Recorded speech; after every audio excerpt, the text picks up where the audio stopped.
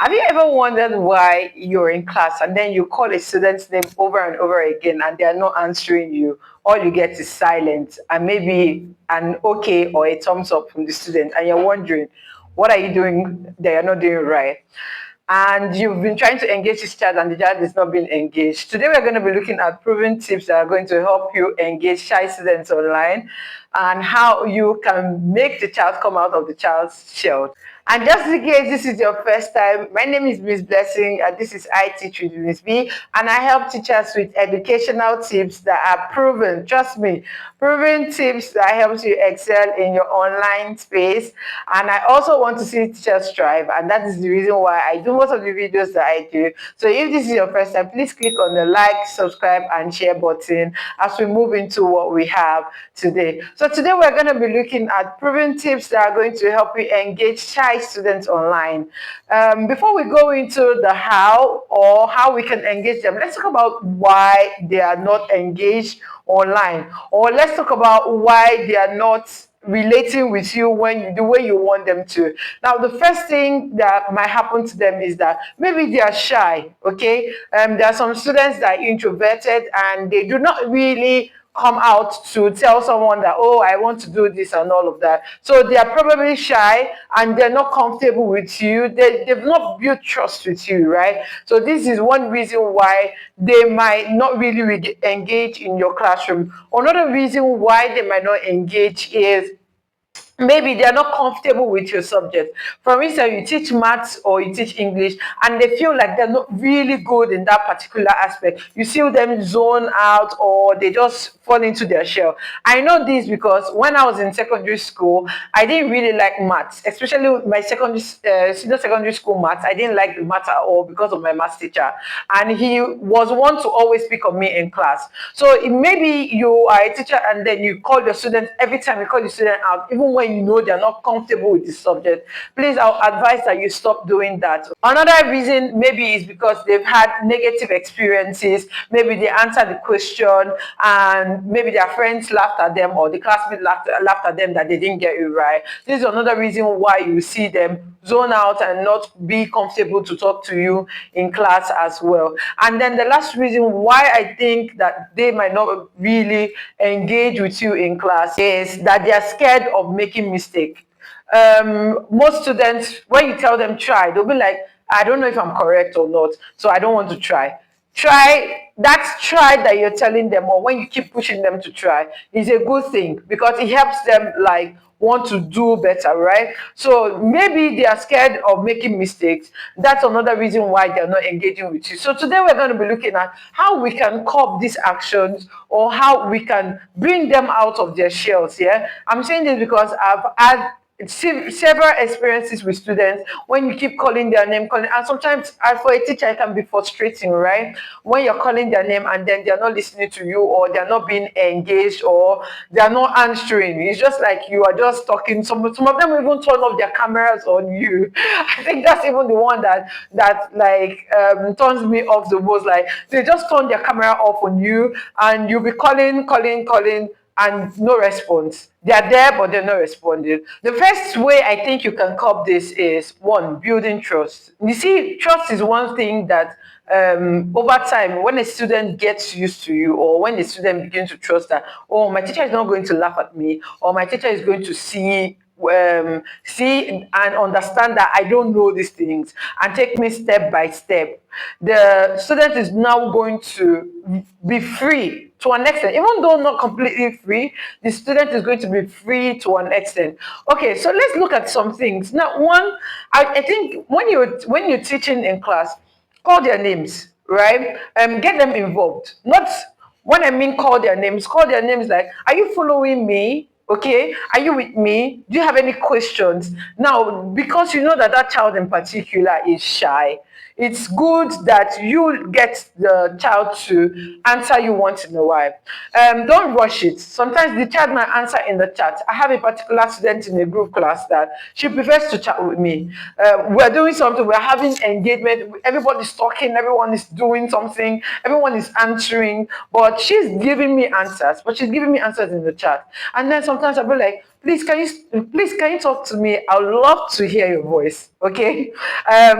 I'm not saying everybody's talking. I want you to talk. No, I'm not doing that. What I'm saying is, please talk to me. I would love to hear your voice. That thing gives them the reassurance that, oh, Miss Blessing wants to hear me. And then you see her turn off a microphone, even if it's one word, two words. That's okay by me, right? Because she's not being engaged little by little. Another thing is, if maybe it's an English class, get them to read out, right?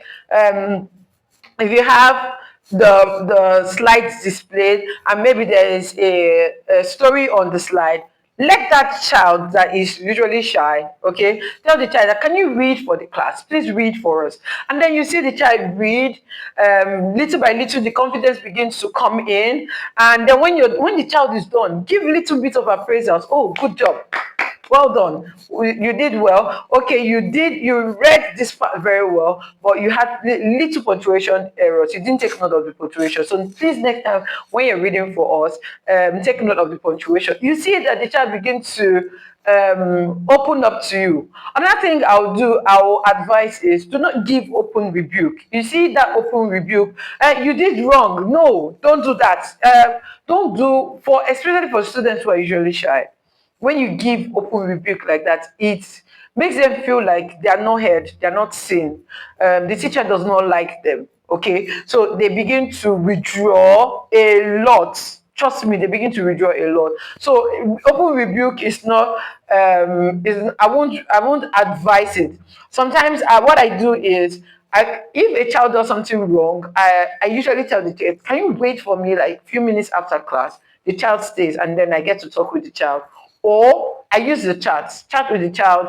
Maybe when everyone is doing a task, I chat with the child. What you did here was not really right. I didn't want to bring you out, but please do not do it again.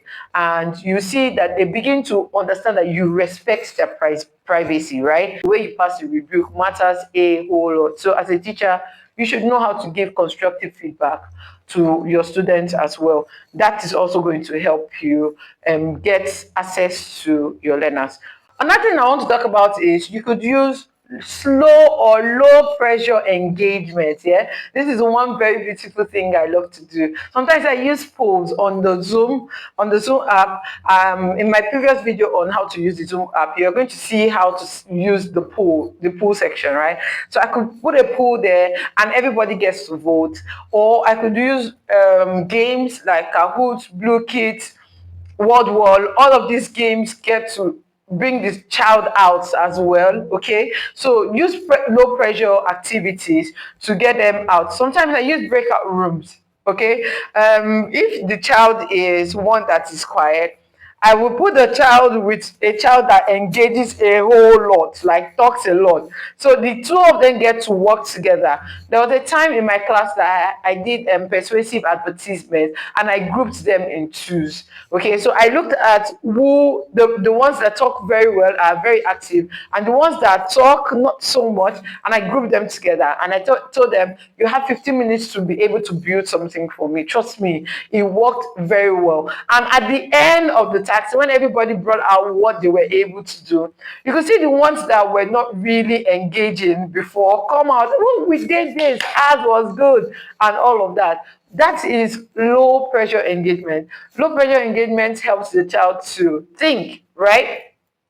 Think. While you're asking the child to think, another thing I would say is, there are some children that it takes them 5 to 10 seconds to process. Yeah, it takes them 5 to 10 seconds to process.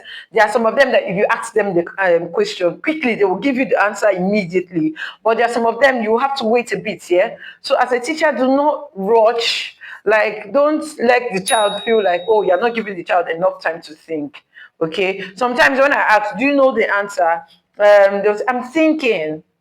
Okay, and I will give them the space. Okay, whenever you're ready. So I give them 5 to 10 minutes. Sometimes we tend to rush, especially when we're teaching group classes. We tend to rush so that we want to cover up the time or something. But when you're asking questions to students that you know that are not really engaging, take your time. Do not rush while you're asking them questions like that. Okay. Another one I want to talk about is using visual prompt.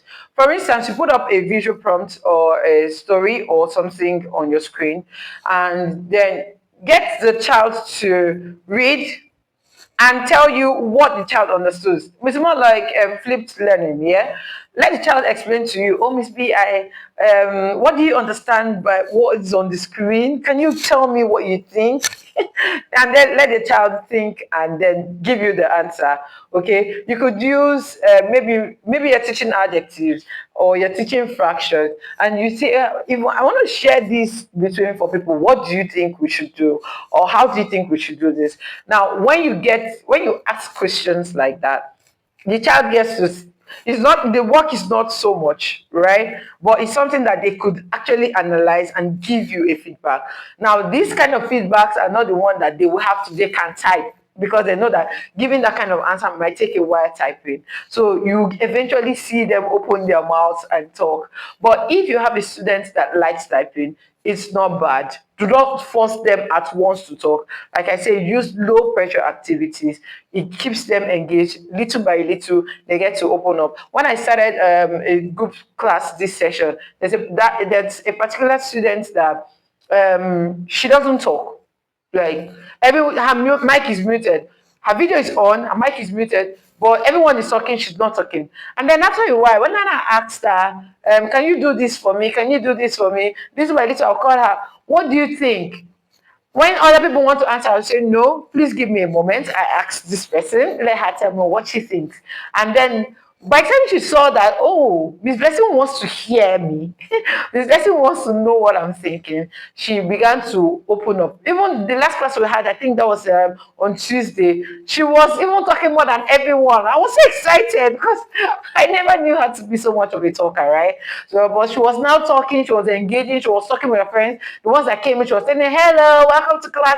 I was even laughing. I was like, okay, be the teacher for the day. I even allowed her to be like, do the introduction for the day, like greet everyone that's coming, because she came in early and then she was greeting everyone. Oh, welcome to class. How are you? How was your day? It was so funny, but it worked, right?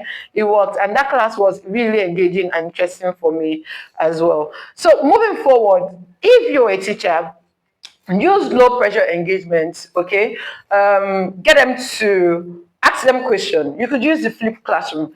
Get them to read and then tell you what they read or understood. Yeah, that works as well. If they want to use the chat, it's okay for them to use the chat, but not so much, right? Again, I will advise that you celebrate their wins and their little progress. You see that little progress you celebrate. Well done, good job, nice read.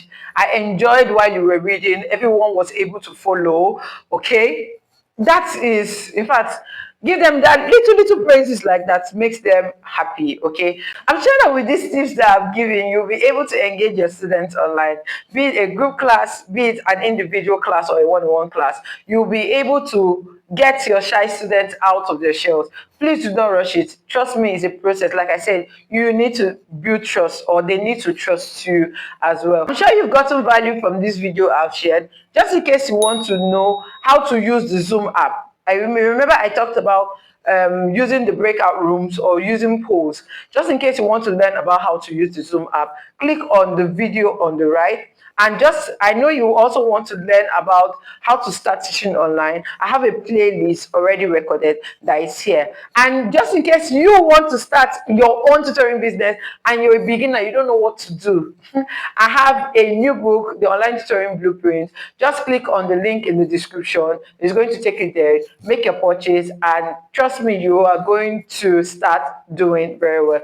Until I see you again in my channel, see you in my next one. Bye.